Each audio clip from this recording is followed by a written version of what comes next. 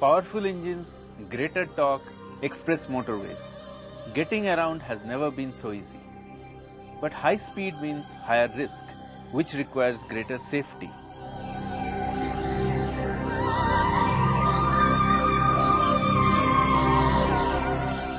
And there is one device that possibly saves more lives than any other, the airbag.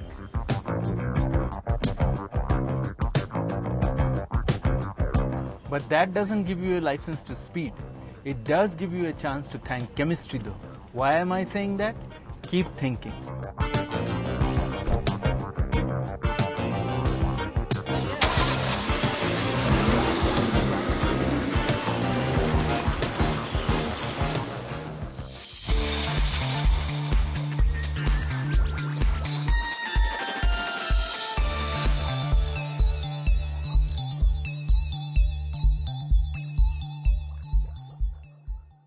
Hi friends, chemistry in airbags, it's all about right proportions of the right ingredients reacting with each other, which in fact is the agenda for our show today. I'll tell you more about it as we go along. Let's first look at what all we are covering in this episode. We will study the classification of matter, learn about atomic mass, molecular mass, formula mass and molar mass and see how to calculate them. We will then talk about stoichiometry and limiting reagents. Finally, we will tackle exam questions and cure the proverbial exam fever in Exam Decoded. Before getting on with calculation of atomic and molecular masses, I think it will be a good idea to quickly revise some basic concepts. Let's start with the heart of the matter and begin with matter. I have just breathed in some matter. Yes, air is an example of matter. Anything that occupies space and has mass is matter. The alarm clock that wakes us in the morning,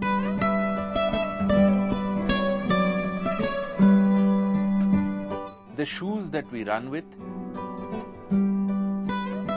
the bench that we rest on, the energy drink we drink, all are examples of matter.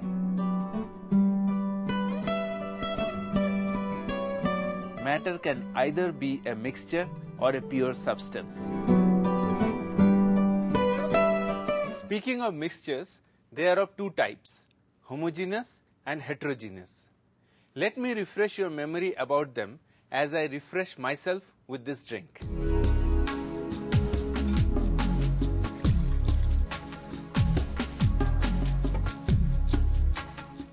As I mix this glucose powder in water, you can see that it mixes completely in water and the resulting combination is uniform.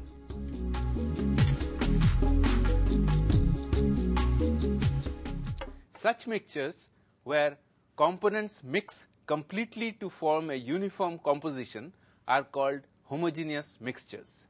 I am sure you have easily figured out by now what heterogeneous mixtures are, right? Suppose you were to mix iron granules and sulfur. As you can see, the components are clearly discernible and the composition is not uniform. This is an example of a heterogeneous mixture. Such mixtures can be separated by physical methods.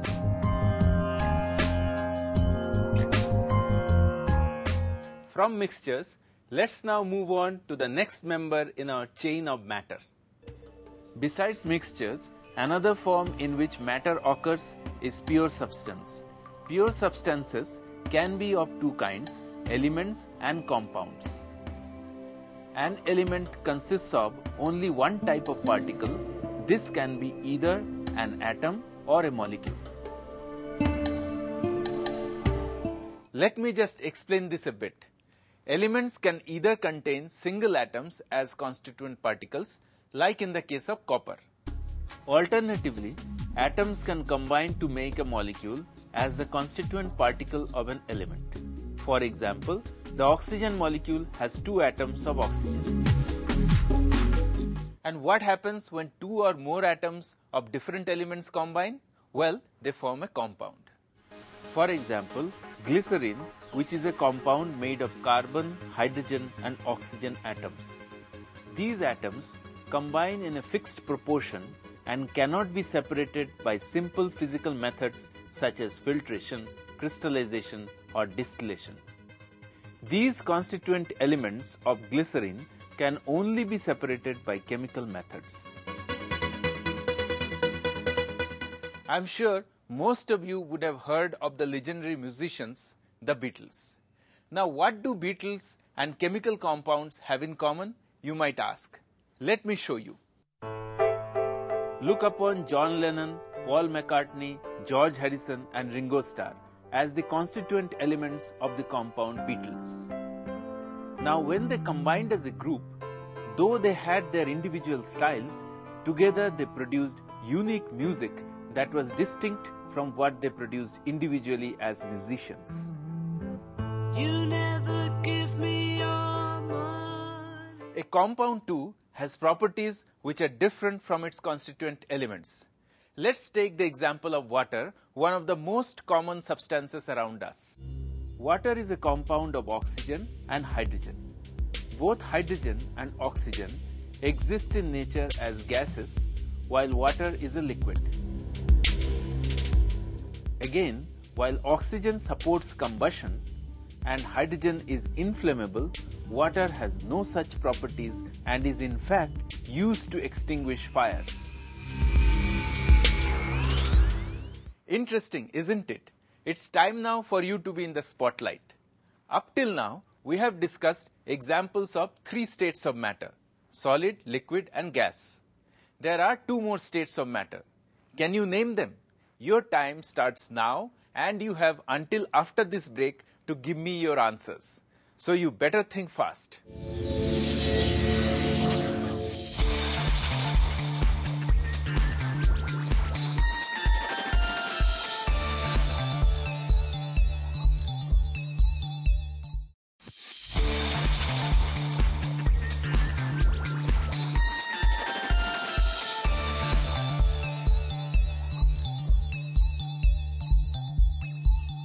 Welcome back. Before the break, I had asked you to name the 4th and 5th states of matter. The 4th state is known as plasma and the 5th is called the Bose-Einstein condensate. Although for exams, you don't have to know about them, but still a little extra information is always handy, isn't it? Now let's get back to the matter at hand. As we all know, an atom doesn't just contain electrons. It has protons and neutrons as well. What will happen if the number of neutrons in an atom's nucleus changes? It will affect the mass of the atom. And this is where isotopes come in. Confused? Well, don't be. It's quite simple really. Isotopes, as you all know, are the atoms of the same element having same atomic number but different mass number. And as I have just told you, this difference in atomic mass is because of the difference in the number of, that's right, the number of neutrons in the atom's nucleus. The mass of an atom is expressed in terms of atomic mass units, and carbon-12, that is, carbon with atomic mass of 12, is used as the standard. One atomic mass unit is defined as mass exactly equal to 1/12 the mass of a carbon-12 atom and is denoted by C with 12 on top left.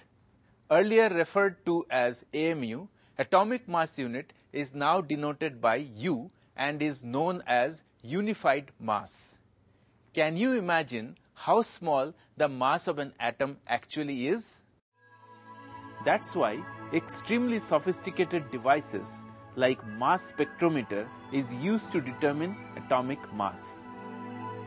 It is not surprising therefore that 1 U is equal to 1.66056 times 10 to the power minus 24 gram. Now, isn't that extremely light? When we use atomic masses of elements in calculation, we actually use average atomic masses because many naturally occurring elements have more than one isotope in nature. Just as we have atomic mass for an atom, we have molecular mass for molecule. It is defined as sum of the atomic masses of elements present in a molecule. Take the example of carbon dioxide. Molecular mass of carbon dioxide is equal to atomic mass of carbon plus 2 times the atomic mass of oxygen. That's 12U plus 2 times 16U. So, the molecular mass of carbon dioxide is 12U plus 32U, which is equal to 44U. But in the case of some compounds, molecular formula doesn't apply. This is because they do not contain discrete molecules as their constituent units in solid phase. Instead, they have ions arranged in a three-dimensional structure. In this case, formula mass is applied. Formula mass denotes the sum of atomic masses of component atoms of a substance. For instance, the formula mass of potassium chloride, KCl, is equal to atomic mass of potassium plus atomic mass of chlorine equal to 39.10 U plus 35.5 U is equal to 74.60 U. I hope the concept of atomic mass, molecular mass and formula mass is clear to all of you. So let's move on. Now, dozen is used for an amount of 12, pair for 2 and score for 10. Similarly, for atoms and molecules whose numbers are very large, even for a small amount of a given substance, we use the unit mole. 1 mole is the amount of a substance that contains as many particles or entities as there are atoms in exactly 12 grams of the carbon-12 isotope. And how many atoms are there actually in 1 mole of a substance? There are an astonishing 6.022 times 10 to the power 23 atoms per mole. The mass of 1 mole of a substance in grams is called its molar mass. Let us take the example of water. 1 mole of water is equal to 6.022 times 10 to the power 23 molecules, which is equal to 18.02 grams, which is its molar mass. Now, how does mole and molar mass help us chemists? If mass percent of various elements present in a compound is known, its empirical formula can be determined. And if we know the molar mass of a compound, the exact molecular formula of that compound can also be obtained. Before I go ahead, let me just quickly tell you what I mean by empirical formula and molecular formula. Empirical formula is the simplest whole number ratio of various atoms present in a compound. Molecular formula shows the exact number of different types of atoms present in a compound. Let me now illustrate for you what I have just said with a small question. There are two bulbs B1 and B2 of equal capacity. Both contain 10 grams oxygen O2 and ozone O3 respectively. Which bulb will have greater number of oxygen atoms? Using what we have just learned, we will first calculate the number of molecules for 10 grams of oxygen and 10 grams of ozone.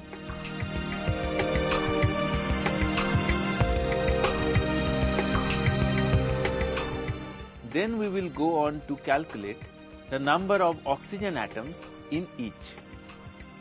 Remember, 1 mole of oxygen molecule has 2 atoms and 1 mole of ozone molecule has 3 oxygen atoms. Once we have accounted for this, we get the same number of oxygen atoms in both oxygen and ozone.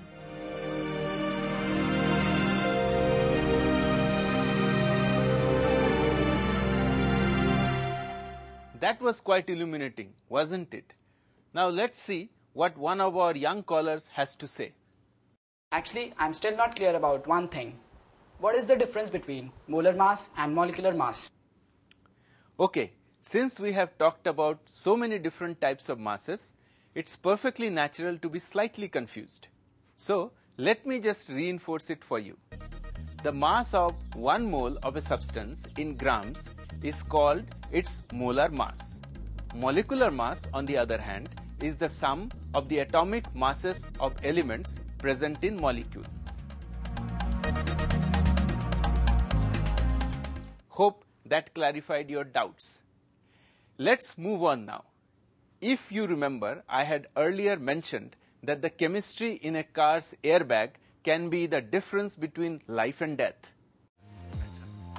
The reason for this is that an airbag contains certain amounts of sodium azide and iron oxide. They react with each other in the event of an impact to produce nitrogen gas. It is this nitrogen gas that inflates the airbag, which in turn minimizes the impact of the crash. If the amount of any one of the reactants had been less, then the requisite amount of nitrogen gas would not have formed and the airbag would not have inflated as much as required. The critical factor in this entire reaction is the appropriate proportions of the reactants. And this, in fact, is what our next concept, stoichiometry, is all about. In a chemical reaction, it is very important to know the amount of reactants required to prepare a particular amount of product. Such a calculation is called stoichiometry.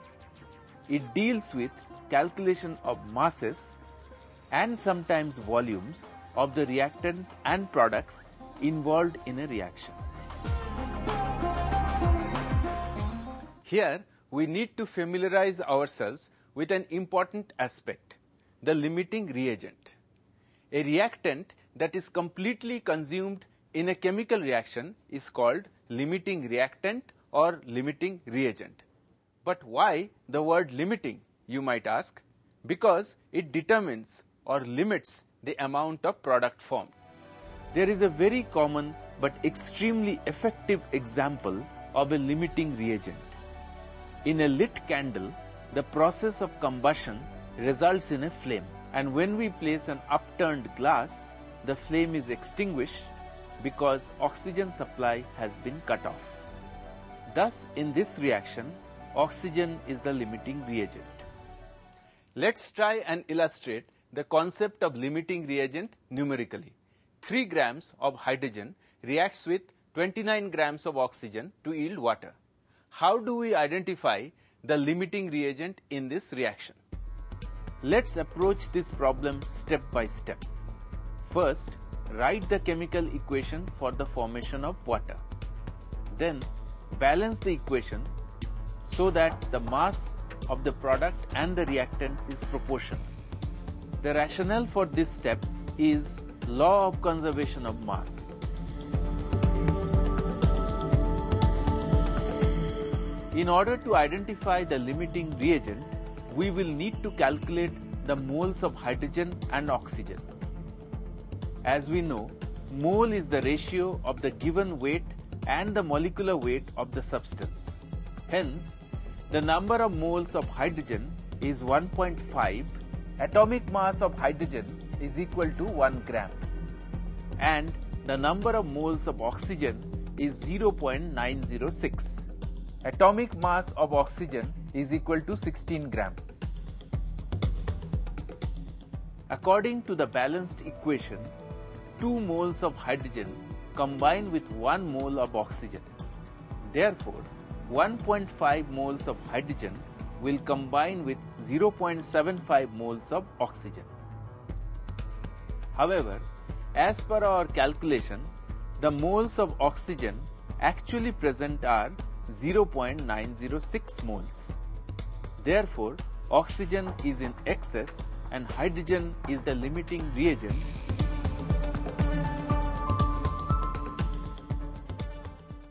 Remember, all you need is to take it one step at a time and the most complex problems become simple. Speaking of steps, it is time now for me to step into a break. After the break, we will take on exam questions and I will give you some mantras to tackle those exam blues.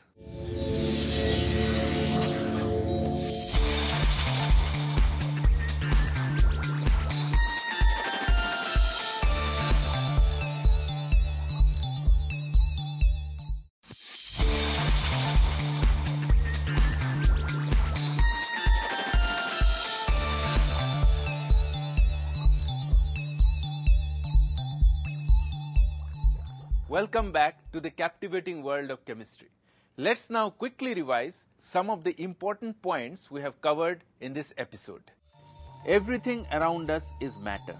Matter can be classified into mixtures and pure substances.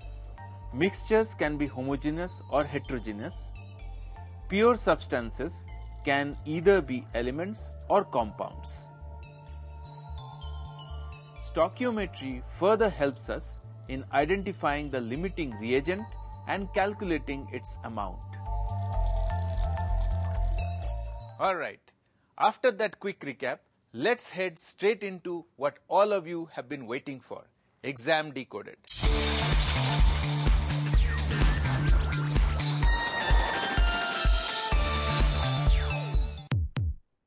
Welcome to Exam Decoded, your gateway to higher scores in exams. We will start with the rapid fire section. I will ask you 5 questions and you will get 5 seconds. Each question carries 1 mark. Remember to keep a tab on your scores because we will compare our scores in the end. So, all fired up for the rapid fire? Okay, here is your first question. How many oxygen atoms does 1 mole of sugar C12H22O11 contain? A. 11 times 6.023 times 10 to the power 23. B. 6 times 6.023 times 10 to the power 23. C. 12 times 6.023 times 10 to the power 23. D. 16 times 6.023 times 10 to the power 23. If you guys had been watching the episode closely, I am sure you have already worked out the answer by now. The right answer is option A, that is 11 times 6.023 times 10 to the power 23 atoms. Here is the next question. What is 1U equal to? And your options are A. Mass of 1 hydrogen atom, B. Mass of 12 carbon atoms, C. Mass of 1 carbon atom, D. 1/12th mass of an atom of carbon 12.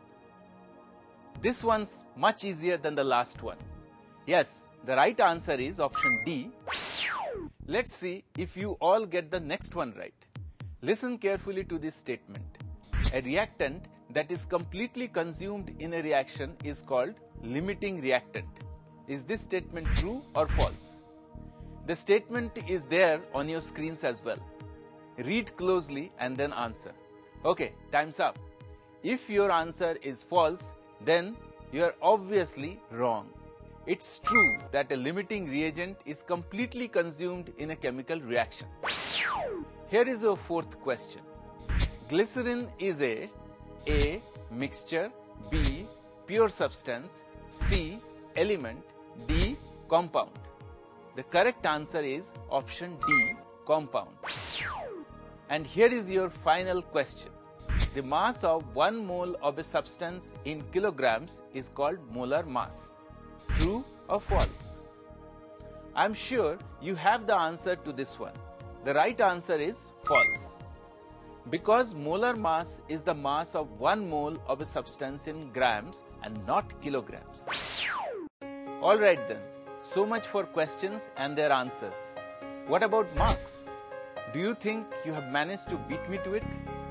If you have managed to answer all the 5 questions correctly, then you are the topper high flyer of the week.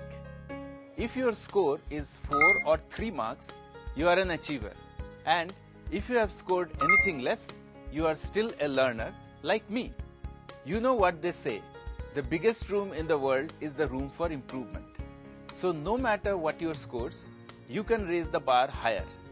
Do log on to www.topperlearning.com and give your preparation the extra edge. The chapter on some basic concepts of chemistry has a weightage of 3 marks in your exam papers.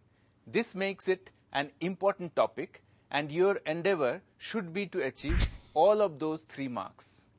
I am sure you are thinking, what kind of questions can I expect in this topic? Well, you can expect short answer type questions of 1, 2 and 3 marks that test your knowledge and numerical ability. For example, you can get an easy knowledge ability question for 1 mark like define limiting reagent. Numerical ability questions would typically be more difficult. Let's solve a question for 2 marks. How much carbon dioxide does 0.5 mole of methane produce in a combustion reaction? As you all know, combustion is a reaction with oxygen. So, the first step is to write the combustion equation for methane. Then, you should balance the equation so that the mass of the product and the reactants is proportional. The rationale for this step is the law of conservation of mass, which, if ignored, can also result in the wrong stoichiometry being predicted.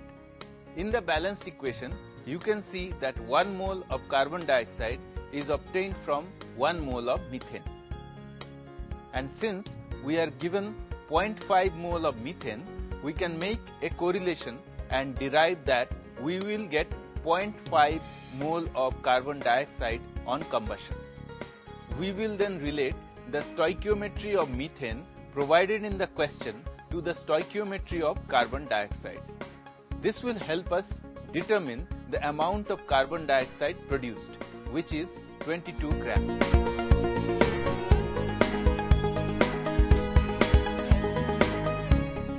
Let's now go over to an expert who has some invaluable tips to help you master your exams.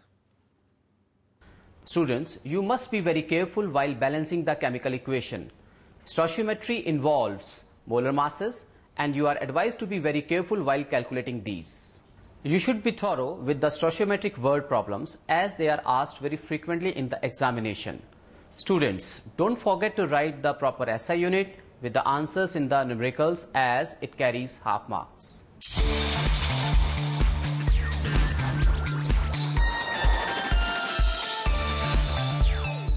Hope all of you had fun figuring out how beautifully balanced and amazing a science chemistry is. I'd like to leave you with a thought from Thomas Alva Edison. I have not failed, he said. I have just found 10,000 ways that won't work. That is how he described his laborious attempts to perfect the incandescent light bulb. So all you Edisons out there, keep trying, keep questioning, and keep learning. That's the mark of a true topper.